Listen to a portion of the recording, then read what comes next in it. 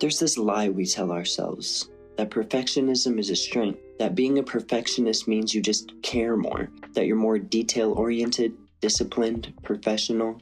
It sounds noble, but if you look closer, perfectionism is rarely about excellence. It's about fear, not the dramatic kind of fear, like spiders or public speaking. It's quieter. It's that anxious voice that says, if I don't get this just right, people will finally see I'm not good enough. That voice disguises itself as motivation, but really, it's insecurity with good PR. You can feel it all in the little ways it shows up. You spend 3 hours rewriting a text message that could have been one sentence. You delay posting that project because it needs more work. You don't start at all because you already know it won't turn out perfect. That's not ambition. That's fear of imperfection disguised as preparation. I used to think perfectionism meant I had standards, but then I realized it was just me trying to avoid feeling judged. I wasn't trying to be perfect, I was trying to be safe. It's easier to say I'm still working on it than to risk someone saying this isn't good, and social media makes it worse. We scroll past all these perfectly edited lives, these flawless routines, and start believing that everyone else has it figured out. So we try to curate our own lives like an art exhibit. No cracks, no clutter, no uncertainty. But in chasing that illusion, we end up living less, because perfectionism doesn't make your life better. It just makes it smaller. Here's the paradox.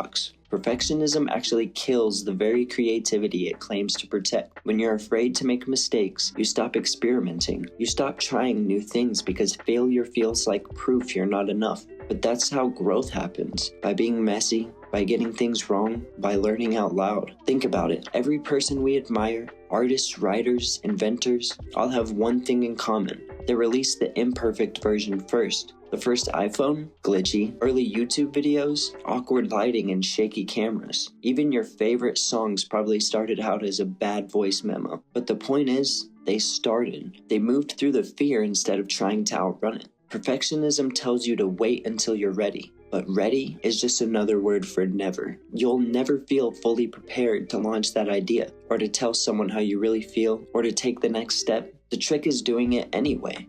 And the funny thing is, when you finally let go of being perfect, you realize nobody was expecting you to be. People don't connect to your perfection, they connect to your realness. The cracks, the stumbles, the unfinished edges, that's where they see themselves. That's what makes something worth remembering. So next time you catch yourself obsessing over a detail, ask yourself, am I trying to make this better, or am I trying to make it bulletproof? Because one moves you forward, the other keeps you frozen. Perfectionism wears confidence like a mask, but underneath it's just fear. Fear of not being enough, fear of being seen, fear of failing publicly. But the secret is, the people who look fearless aren't the ones who never fail. They're the ones who stopped letting fear decide what's possible. As Salvador Dalí once said, have no fear of perfection.